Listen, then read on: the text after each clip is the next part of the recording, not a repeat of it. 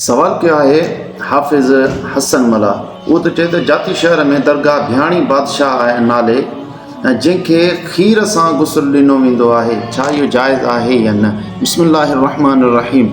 कंहिं बि दरगाह खे खीर सां गुस्ल ॾियणु नाजाइज़ आहे ऐं इन जे नाजाइज़ हुजण जा ॿ सबब आहिनि। पहिरें नंबर ते त इहो अजायो ख़र्च आहे ऐं अजायो ख़र्च करण वारे खे इसराफ़ कंदड़ चइबो आहे। इसराफ़ करण वारे जे बारे में अल्लाह रब्बुल इज़्ज़त क़ुरान मजीद में इरशाद फरमायो आहे, वला तुसरिफ़ू इन्नहू ला युहिब्बुल मुसरिफ़ीन। ऐं इसराफ़ न कयो, यानी अजायो ख़र्च न कयो। बेशक अल्लाह रब्बुल इज़्ज़त अजाए ख़र्च करण वारनि खे पसंदि न आहे फरमाईंदो।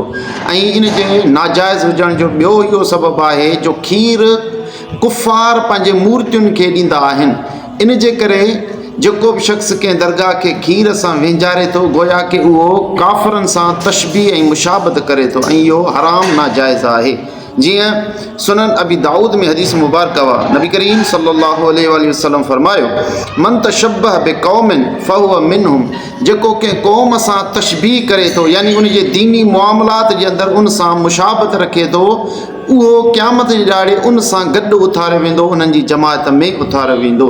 इन जे करे इन ॿिनि सबबनि जे करे कंहिं बि दरगाह खे खीर सां वेंझारणु जाइज़ न आहे। अल्लाहु आलम बिस्सवाब।